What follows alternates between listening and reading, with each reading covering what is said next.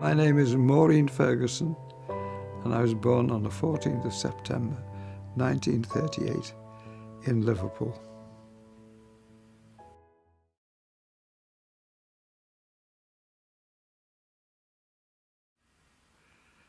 Well, when I first went to school at Ramworth Square County Primary School at the age of almost 5, and then when I got to 11, I went to a school in Walton, which was called Allsop High School, and the headmaster was the Reverend W. Winstanley. And I got there by passing the 11 plus examination at the time, and in the first 2 years we did a fairly general course. Then in later years we specialised a little bit, until eventually I ended up in the sixth form, where I studied maths, applied maths and physics.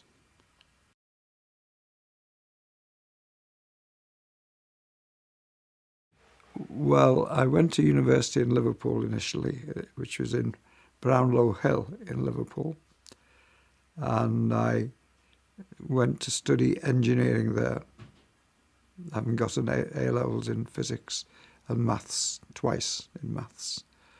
And I studied at Liverpool University for 3 years, eventually managing to get a degree in mechanical engineering.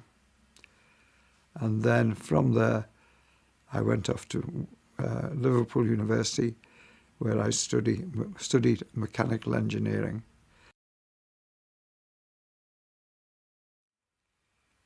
Well, I remember that the war started on the 3rd of September 1939, when my memory is a little bit hazy of the early years of the war, but I do remember the bombs falling and the barrage balloons in the sky.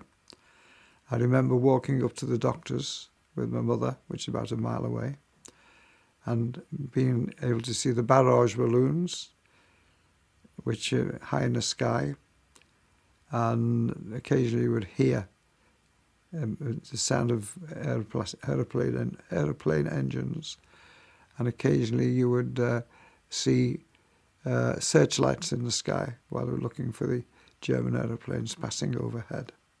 Well, I remember being in an air raid shelter in 1940 when the air raids were prominent, and I used to be quite a noisy little child at the time, and my parents told me that I used to sing songs whilst I was in the air raid shelter, which cheered them up a little bit when all the bombs were going off. And I used to sing, I remember one song I sang was called Roll Out the Barrel. Roll out the barrel, we'll have a barrel of fun. That was the first line of the song, which was quite popular at the time. And then as the war went on, it became, I remember seeing tanks rolling down the streets, the main roads near where I used to live, and they used to be going down to the docks to get carried off to wherever they were going to fight against the Germans. And occasionally you'd see tanks rolling along the street. And at that time of when I was young, there used to be steam-driven lorries. I think they were called Scamel, and they had fires in a little boiler where they would add the engine these days, and they produced steam, and the steam would drive the locomotive. Not locomotive, sorry, the lorry. But in the street where I lived, which I said earlier was the Drakefield Road, number 23 Drakefield Road was blown up during the war, and there was a big hole where it was blown up. And after the war was over, they rebuilt the house on the same site, and lots of people in the street wanted to get it and applied to get transferred to that house because it was all renewed. It was all new brickwork. It had new bits and pieces inside, you know. The fireplace was new, and they had new fires and things. It was quite a desirable place that people seem to want.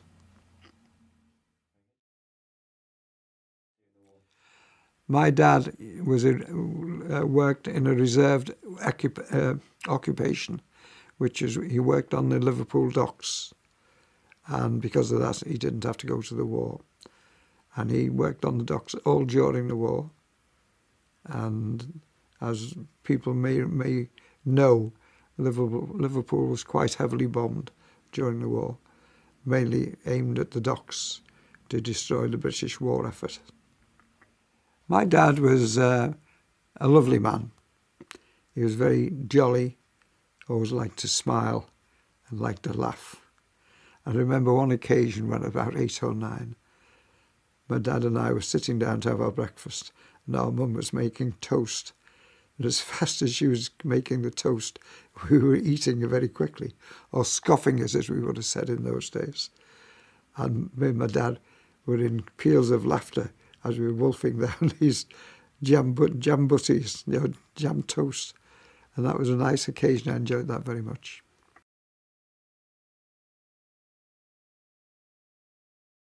My mother's name was Vira May Ferguson, and before she got married she was called Yarwood. And I remember we had a number of relatives we occasionally saw from the Yarwood end, and they came from a town called St Helens, about 10 or 12 miles away from Liverpool.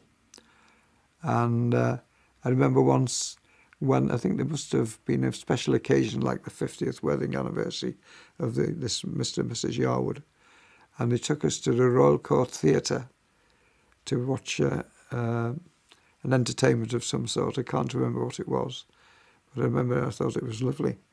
I was about 8 or 9 at the time, and to go in a bus down to town and go to the theatre was a great occasion for a little lad.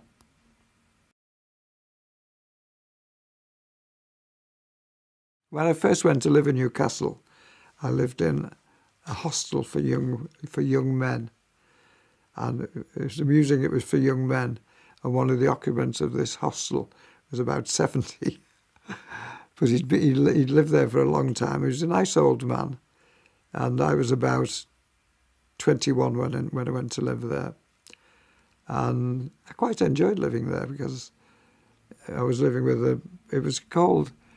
The hostel was run by, I can't remember the name, unfortunately, but it was a Christian organisation, and they used to have an insignia on that you could wear if you wished, which was a lamp, an oil lamp, which was lit. And people used to say of people who used to work with this company or live at this company's hostel, they say, "Oh, he's as dim as a Tok-H lamp," because it was a very small amount of light which came out of this little machine. And I lived there for about 2 years. Eventually, I got thrown out because I did 1 or 2 things that were a bit outside the rules, because I was a bit of an awkward sod at that time, and I didn't like to be told what to do. I think I'm still the same in many respects. But anyway, on one particular occasion, part of the duties of living in this hostel, because it was a self-help hostel, and the lady who did all the food, she had 2 days off, Saturday and Sunday during the week, and we occupants of the hostel, she used to put the tea out for us, which was slices of cake and some sandwiches, and it was the duty of we members of the hostel to, when we got in around about tea time, all the tea things were on the table. We had to set the table and lay out the food for each person who was going to be at the table. And on this occasion, I'd recently met the lady who was to become my wife, Sylvia. And on this particular night, I'd been out with Sylvia and forgot all about my duty, because we used to take turns of doing this. And I forgot about doing my turn. and got in about 11 o'clock after being out with Sylvia. And everybody jeered when I came in because they'd expected to have the tea laid out for them. When they came in, there was no tea laid out, and they had to do it themselves. And I was in all the black books at that time. And the next day, after being out all day at work, I came in, and the man who was what they called the warden at that time, he was in charge. He looked after the hostel. And when I got in, he says, "I'd like to have a word with you." And I went and had a word with him, and he said, "I want you to go because you didn't do your duty last night, and generally speaking, you've been somewhat obstructive in your behaviour here. So I want you to leave the hostel." So the next day, I had to pack my bags and leave the hostel. And very, very quickly afterwards, I got a flat. So I was living on my own for the first time ever. And I got this flat in a place called Falmouth Road, which is quite close to the railway station. It's Heaton. And I lived there on my own. And I had to go get all my own food and that. But the lady who owned the house, I had a room at the top of the house. And she used to, on a Saturday and Sunday, make me my lunch on each of those 2 days, which was very kind of her. I went to this dance hall in the middle of Newcastle upon Tyne. And the first time we went there was on a Wednesday, the 23rd of October. And I asked Sylvia for a dance around about 9 o'clock. And asked if I could take her home at the end of the evening. And much to my surprise, she said yes. So I took her home, good night kiss, and then I went back to my lodgings, which I can't remember where they were at the moment.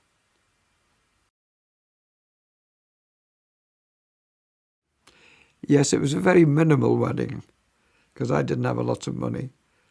I was getting £10 a week at the time, and Sylvia didn't have very much money. So we had a relatively small wedding. Sylvia invited 3 or 4 of her friends and her mum and dad and 1 or 2 other people. And some people who are relatives of mine from Liverpool came over because they worked on the railway, so it didn't cost them anything on the train. So it was a fairly cheap day out for them. And we stayed in a hotel called the Heaton Hotel. And that was a pleasant occasion. And then when we had the wedding reception and had a bite to eat afterwards, which was very minimal, we, Sylvia and myself, went down and got on the train and came down to, I think we stayed off in York. We stayed in a hotel in York. Then we got the train the next day down to London, where we, I can't remember where we stayed then. Because your mum and I, when we got married, before we got married, we both went to live in London, and we stayed in separate places, about 2 miles apart, and we used to meet up from time to time. Because I got married in 1962, and I met your mum in 1959, I think it was. We went out together for about 3 years, and then we decided to get married, and we both lived separately. But I had a job with the Central Electricity Generating Board by then, and I was working in London, and she came down to London, and she got a teaching job in London, not far from where I was living at the time, and until we got married in 1962. I think it was 62. We lived separately in these boarding places, and we used to have a nice time together. And then we decided we wanted to get married, and we got married in Newcastle upon Tyne.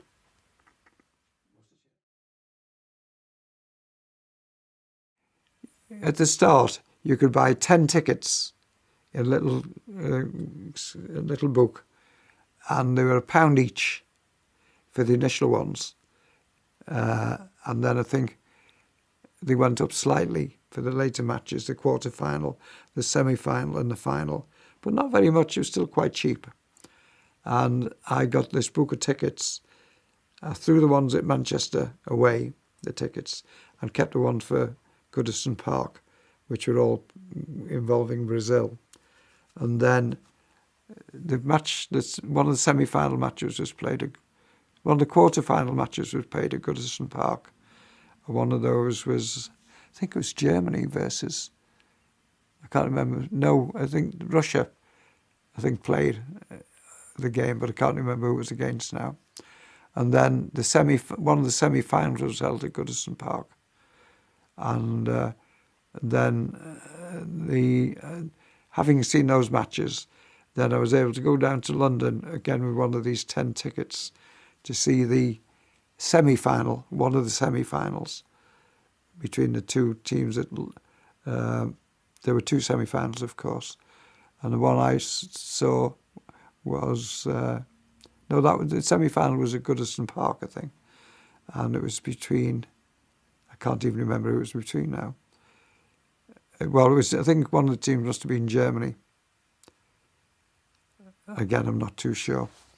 So I'll have to talk about that later, David, again, when I can. I've got a book at home which got all the matches that were played in that series of games, leading up to the FA Cup, the World Cup final. And that's quite interesting to remember.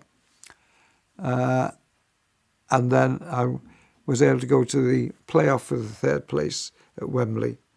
And then I was able to go to the final at Wembley. I was on my way up to the match on the morning of the World Cup final.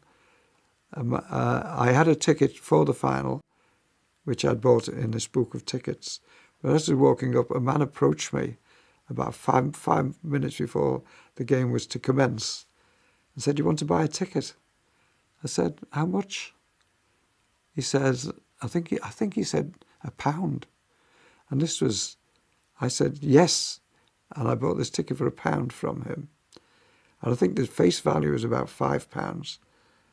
And 5 minutes later, I was sat in the stand watching the World Cup final. About 10 yards, about halfway, I was in line with one of the goal lines. And the Queen was in the middle of about 50 yards away, looking into the middle of the pitch. And that was great. As you personally will remember, England won 4-2 after being 2-2 at half-time. No, at full-time. And they played extra time. And England won. Did they score 2 goals in extra time? 1, was it? No, 2.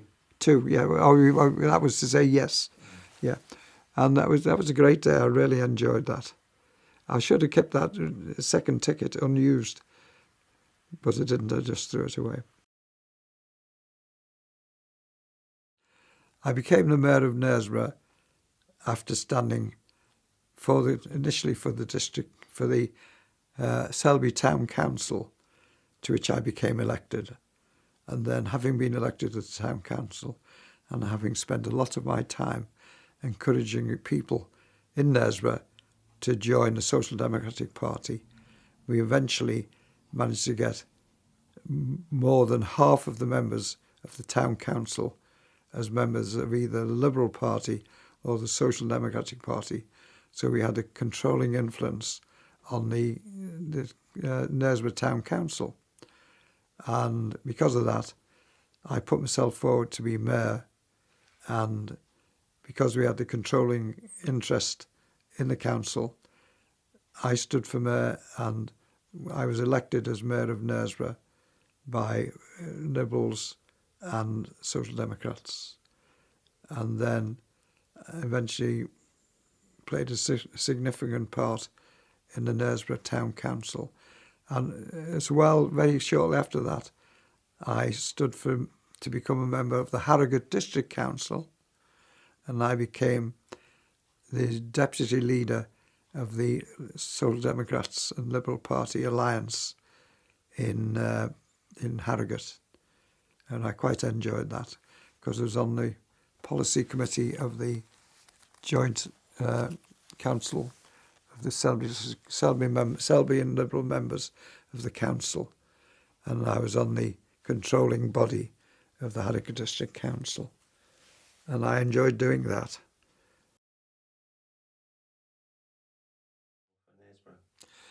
The most important thing I felt I managed to get done in Knaresborough was I managed to get the District Council to vote in favour of having built a swimming pool for Knaresborough, which Knaresborough has wanted for many years, and I was significantly involved in encouraging the Harrogate District Council to put the money in for Knaresborough to have a swimming pool, and that's something I'm very proud of having been able to do.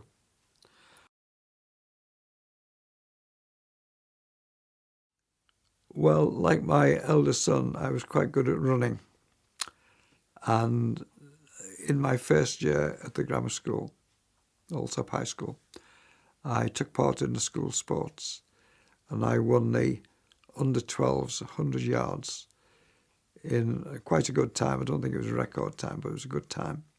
And I got a medal for that. And then I also took part in the 1800 metres. That was not in the same year. That was in a year or two above that. I took part in 800 metres, and it was the fastest anybody had done it at the time. So I was a fairly good runner. And then later in the sixth form, we used to do cross-country races. And I enjoyed those, but I wasn't particularly prominent in those. And whilst at school, I was scared stiff of getting hit by the cricket ball, because as you know, we played with hard balls as they do now.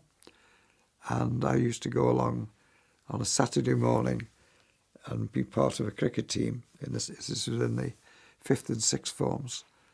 And I was scared stiff of the ball hitting me. So I didn't make very much progress. And when I eventually got in the sixth form, I put myself forward to be in the second team of the school. And somebody who was well equipped had some cricket trousers, some whites, and he had some cricket pads, and he lent them to me. Because I had the pads on now, I wasn't scared of being hit by the ball. And I was wearing the right sort of equipment and some gloves for batting as well. So I felt quite confident in not being hurt. And so I was quite strong. And I was started off playing for the junior team, and then I got selected for the second 11. And I played 3 matches in a row, and I got 3 high scores for the sort of scores we'd got at that time. And so I did so well. The juniors had a good team, and we were playing Bootle schoolboys, and Bootle schoolboys had a good reputation. So they drafted me, having made a good show in the second team, into the junior team to strengthen it, to play against the Bootle boys. And we got beaten by the Bootle boys, and I was out for a duck. So that was a significant part of my career. And after that, I then managed to get a duck in the second 11. And then we played a match. I was drafted into the team, the first team, to play against the Masters. And playing against the Masters, it wasn't a very good day. I managed to run out our star batsman. That was the only contribution to the game. I think I was due to bat about 7 or 8. I didn't get around. Oh, that's it. I did go into bat. I managed to run out our star batsman, who was somebody who occasionally got 60 or 70 runs, you know. He was very good. And then that was it. And despite that, they put me in the team to play against the Masters. So it must have been reasonably good. And I managed to get a duck for them as well. And that's when I ran out the star player, when they were playing the Masters. So that was my career finished. I didn't play any more cricket after that.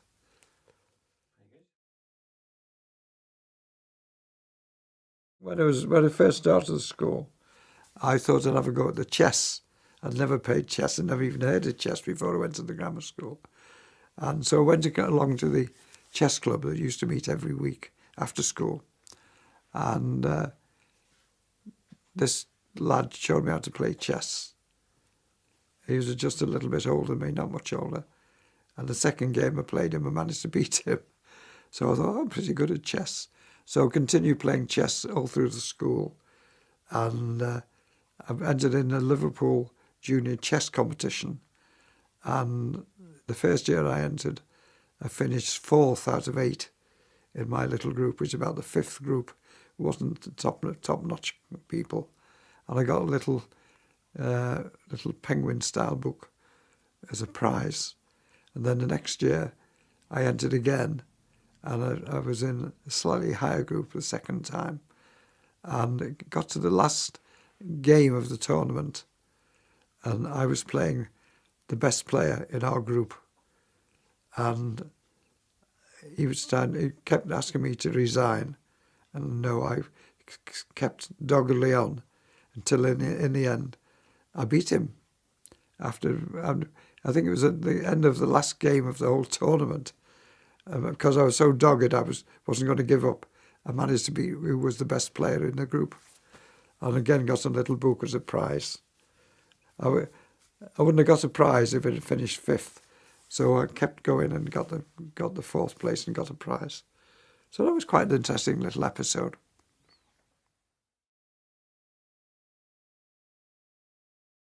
I mean, when I was 11, I got a little book from Vimto, and in it was the height of the Empire State Building, which is 1,248 feet, before they added all the bits on the top, the original building. And when I went to New York, when I was in my 70s, I went up the Empire State Building with my son, and I went to the top floor, and there on the top floor was a little plaque. It said, the height of this building is 1,248 feet. And I was thrilled to bits to think I'd read that when I was 11. And I'd known all the time that it was 1,248 feet. I'd have to say, David, at this point, I was thrilled to bits to go up the Empire State Buildings. That was one of the highlights of adult life. And I'm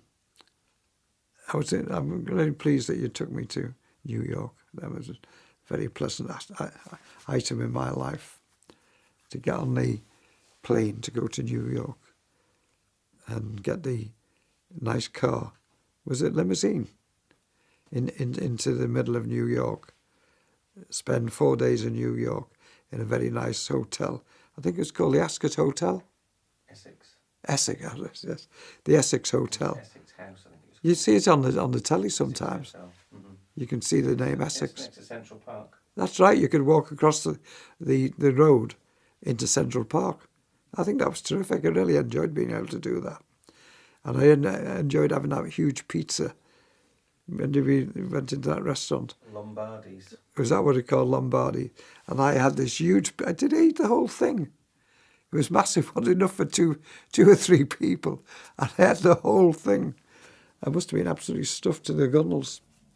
That was... I really enjoyed my journey in New York. That was great.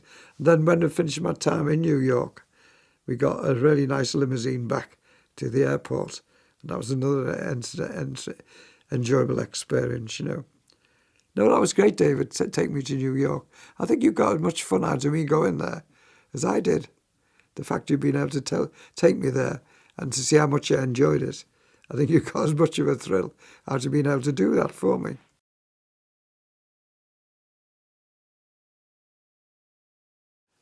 When I was quite an elderly person, not elderly, but quite old, my son David went to the trouble of going 6 times and went round twice on each of these 6 times and managed to get 2 tickets for the last night of the proms for himself and myself. And that was a thrill of a lifetime, which I'd always envied folks who went to the last night of the proms. And here I was sitting in the well in front of the stage at the last night of the proms with my eldest son. And I enjoyed that immensely, singing Land of Hope and Glory and all the things waving around. It was a great occasion.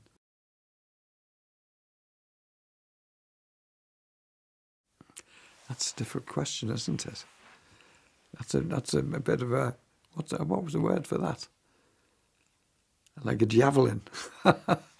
What makes me just being me and living the life as I need to live it at the moment, and I enjoy living. I've got good friends of both genders, and I've got a member of several societies, and I enjoy life fairly well at the moment.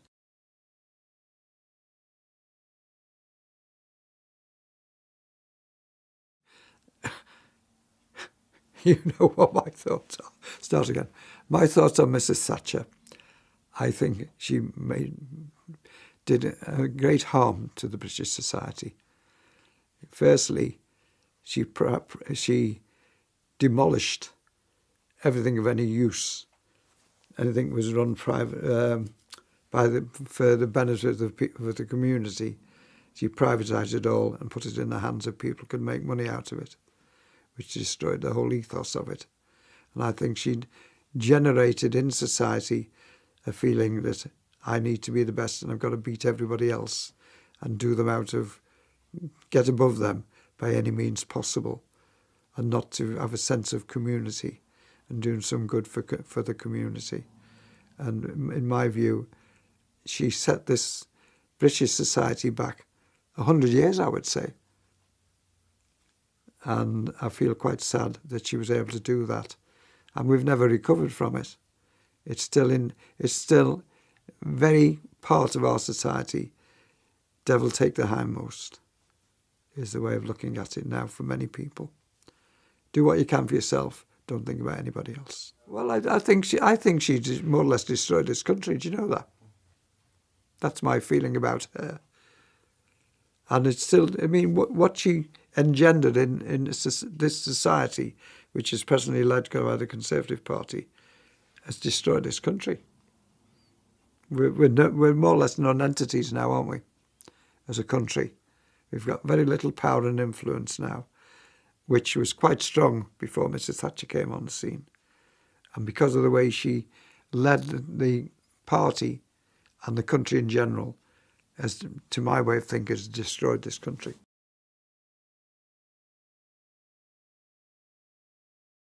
When I was mayor of Knaresborough and on the district council, by right, the mayor of Harrogate District Council got the opportunity to go down to London, to Buckingham Palace, to a garden party by right. And at the same time, the Harrogate District Council were able to take another councillor to Buckingham Palace. And we had a draw for that. And because some people had already been to Buckingham Palace, there weren't very many in the draw. And I was fortunate enough to win a place to go to Buckingham Palace. And not only was I able to go to Buckingham Palace, but I was very friendly with the Conservative mayor at the time. And he said, why don't you come to London in the mayoral car? Because he had the right to go in a chauffeur-driven car, the car which was owned by the Harrogate District Council, chauffeur-driven down to London, sometimes as 100 miles an hour. And we arrived at Buckingham Palace. No, we stayed overnight in a hotel after that drive down to London. And then the next morning, the chauffeur took us up to Buckingham Palace, where there's a gigantic queue of cars to go to the Buckingham Palace garden party. And there were 7,000 people at this garden party. And you can imagine the stress on the traffic getting up. Everybody wanted to get in the palace, and it was, in the end, because there was a huge queue of cars to get in the palace, me and Sylvia got out of the car, and it was only about 200 or 300 yards to the palace. Walked up to the palace, presented the entrance card, which I've got it framed, got it at home. At 4 o'clock precisely, the Queen entered into the garden, and as if by magic, everybody formed up into lines about 10 yards apart. It'd be 4 or 5 lines, probably more than that. And the Queen walked down the middle of these lines.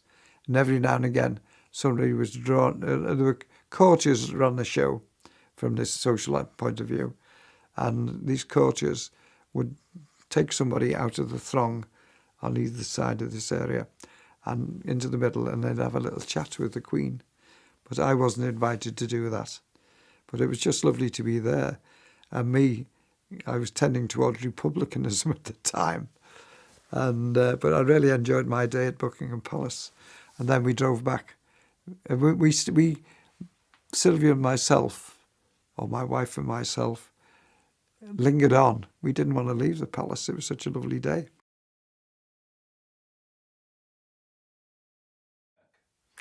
I think I'm proud to have been the mayor of Knaresborough. I mean, that's not an accolade which is available to many, many people, is it? So I was very proud to be, and I was elected to be mayor of Knaresborough, and I enjoyed my time as the mayor of Knaresborough. I used to like it when I go into town and the town crier would say, "Good morning, Mr. Mayor." I thought that was lovely. And I just like I enjoy being a prominent member of the community in Knaresborough.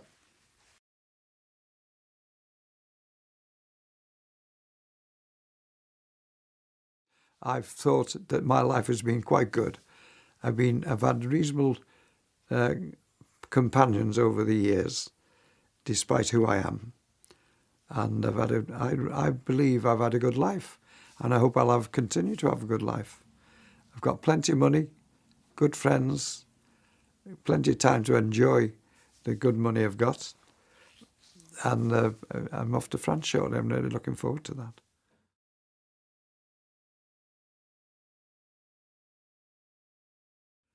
I'd like to be remembered as a very interesting person who had an interesting life, who had a good family and did lots of interesting things and prospered in many respects, in different fields, in different directions, and lived a good life.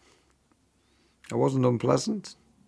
I wasn't riotously happy, but I was happy, and I enjoyed life in general.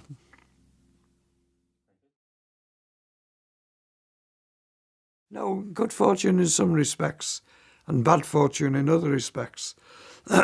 Firstly, I'm a highly intelligent person who hasn't been able to fulfill the promise of that 160 IQ. And I feel quite regretful about that, because I could have achieved so many.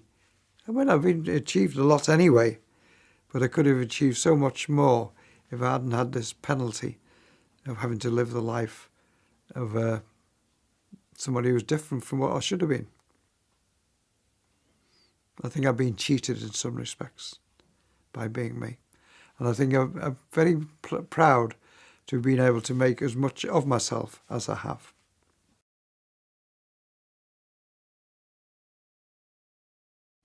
Okay, what's 9 sevens? Pardon? What's 9 sevens? 9763. Who's the Prime Minister? Prime Minister is that horrible. Well, she's not a horrible woman, but she's not the best. I can't remember her name now. Sorry.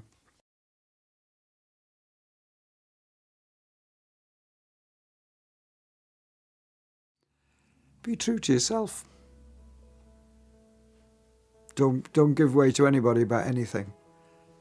Have your own views on society, and modify them if required, and not if you feel it's necessary from time to time. But be yourself. Don't try to pretend to be somebody else who isn't yourself. So many people in life do that. They want to be better than they are. And I think that's a recipe for disaster. To me, what you should do in life is be yourself, accept yourself, which I've tried to do, and be good to other people, and hope they'll be good to you.